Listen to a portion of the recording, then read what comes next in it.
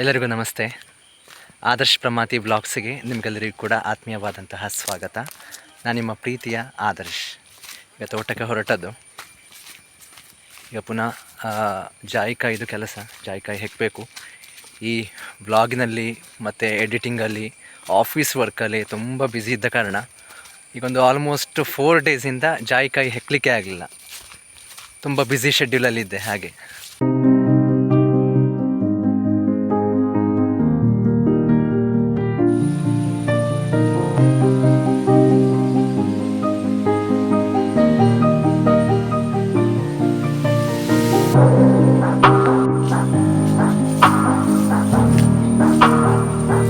ಉಂಟನು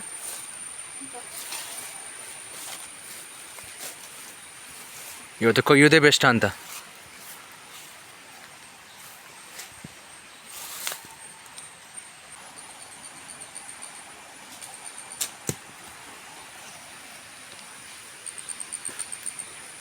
ಹಣ್ಣಿನ ಒಳಗಿನ ಕೆಂಪು ಭಾಗ ಉಂಟಲ್ವಾ, ಅದನ್ನು ಜಾಯಿ ಪತ್ರಿ ಅಂತೇಳಿ ಕರಿತೇವೆ, ಅಥವಾ ಪತ್ರೆ ಅಂತೇಳಿ ಕರಿತೇವೆ.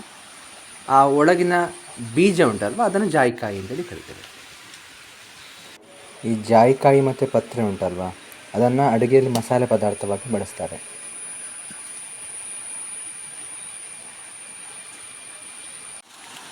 ಜಾಯಿಕಾಯಿ ಹೆಕ್ಕುವ.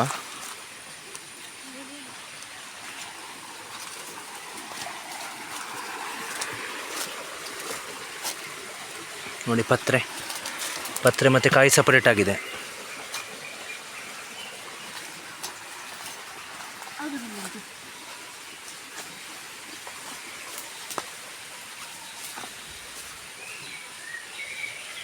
ನೋಡಿ, ಬರೋದು 2-3 ದಿನ ಆದರೆ ಹೀಗೆ ಆಗ್ತದೆ, ಎಲ್ಲ ಒಣಗಿ ಹೋಗ್ತದೆ ಒದ್ದೆಯಾಗಿ, ಮಳೆ ನೀರಿಗೆ ಎಲ್ಲ. ಇದು ಬಿದ್ದ ಜಾಯಿಕಾಯಿ, ಇದು ಈಗ ಕೊಯ್ದ ಜಾಯಿಕಾಯಿ. ಇದರ ಎರಡರ ನಡುವಿನ ವ್ಯತ್ಯಾಸ ನಡುವ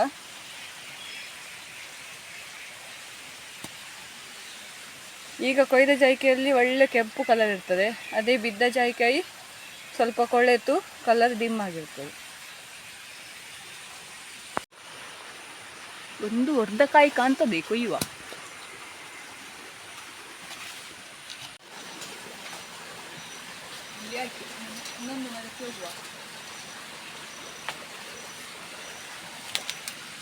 ಅಡಿಕೆ ಮತ್ತು ತೆಂಗಿನ ತೋಟದ ಮಧ್ಯೆ ಇದನ್ನು ಅಂತರ ಬೆಳೆಯಾಗಿ ಮಾಡ್ಬೋದು.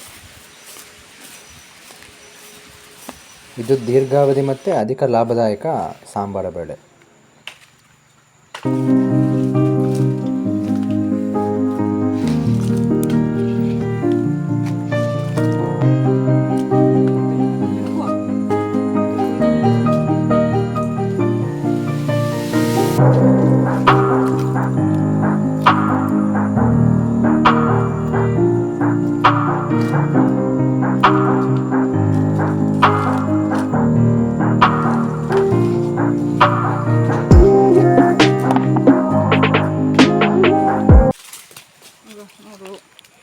ಕೆಳಗೆ ಹೋಗ್ಬೇಕಾ ಅಂತ, ಕೆಳಗೆ ಎಲ್ಲ ಬಿದ್ದಿದೆ ಜಾಯಿಕಾಯಿ.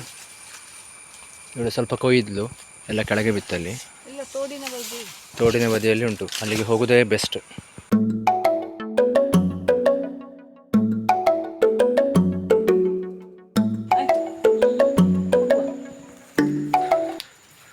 ಜಾಯಿಕಾಯಿ ಎಲ್ಲ ಹೆಕ್ಕಿ ಆಯಿತು, ಕೊಯ್ದು ಆಯಿತು, ಹೆಕ್ಕಿಯೂ ಆಯಿತು.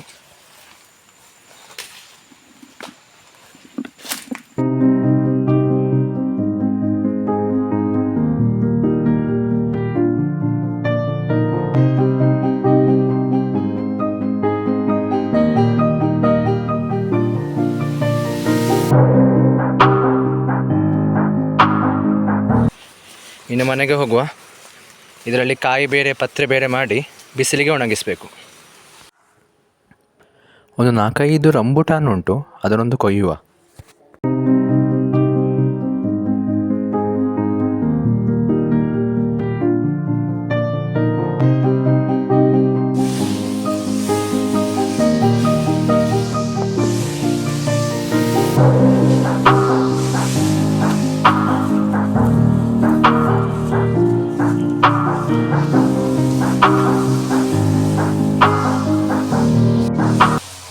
ಒದ್ದಾಡಿದ್ದಕ್ಕೆ 5 ರಂಬುಟಾನ್ ಸಿಕ್ಕಿತು.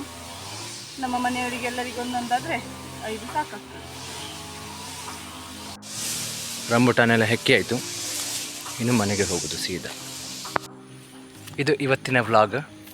ಈ ವ್ಲಾಗ್ ನಿಮಗೆ ಇಷ್ಟ ಆಗಿದ್ದರೆ ಲೈಕ್ ಮಾಡಿ, ಶೇರ್ ಮಾಡಿ, ಸಬ್ಸ್ಕ್ರೈಬ್ ಮಾಡಿ, ನಮ್ಮನ್ನು ಸಪೋರ್ಟ್ ಮಾಡಿ. ನಿರಂತರ ವ್ಲಾಗಿಗಾಗಿ ನೋಡ್ತಾ ಇರಿ Adarsh Pramati vlogs. Thank you.